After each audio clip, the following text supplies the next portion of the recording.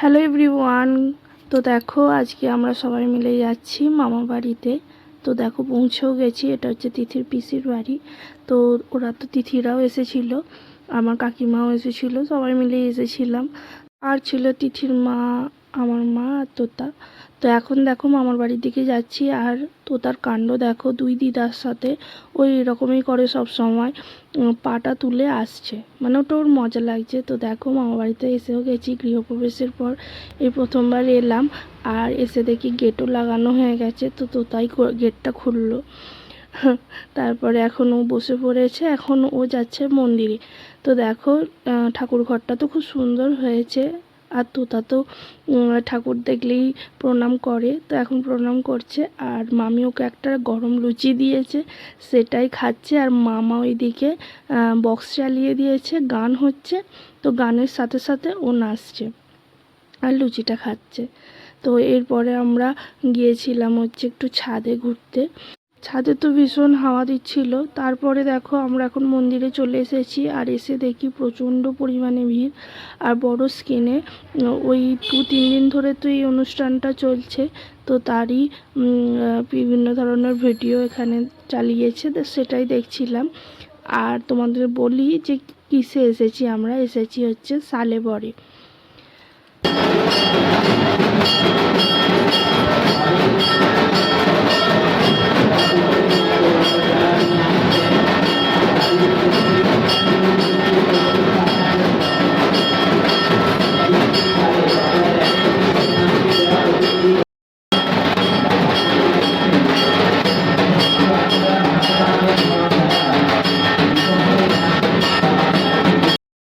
তো দেখো এখন কমিটির ছেলেরাই এখন ধনুচির নাচটা নাচছিল, কারণ যতক্ষণ না ফুল পড়ছে তো ততক্ষণই এরকম নাচতে হবে।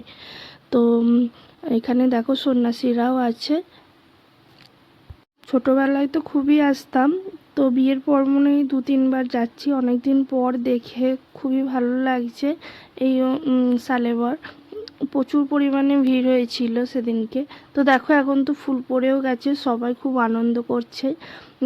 এরপরে সন্ন্যাসীরা ওরকম করে ধনুচি নাচ নাচবে। এখন তো তবু একটু হালকা ভিড় আছে, একটু পরেই অনেকটা ভিড় হয়ে যাবে। এখানে তো যখন সালেবরটা শুরু হবে, মানে যখন মেন যেটা হয় সেটা শুরু হবে, তো তখন তো আরও ভিড় হবে। এখানে দেখো আমার মামা এখানে কুমিরটা বানিয়েছে। আমার মামাই বানায় সব সময়।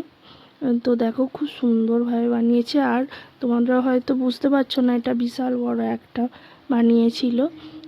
আবার তার সাথে সাথে সাংস্কৃতিক অনুষ্ঠানও হচ্ছিল দেখো এখানে।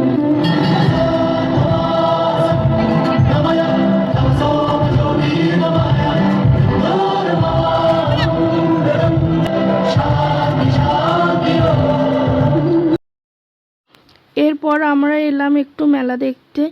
তো এখানে দেখো সন্ন্যাসীদের এখন শোয়ানো হচ্ছে, ওই ধারালো তরোয়ালের উপরেই শোয়ানো হচ্ছে।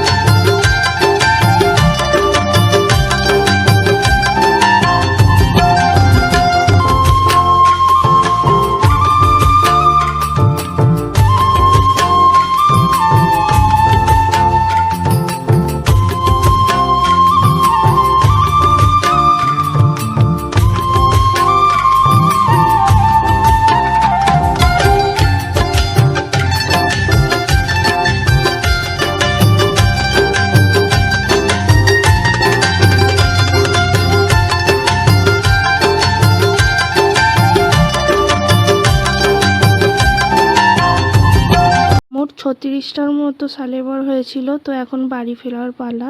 তো মামাদের আবার ইলেকট্রিক চলে গিয়েছিল, তো তার মধ্যে খাওয়া দাওয়া হয়ে গেছে আমাদের।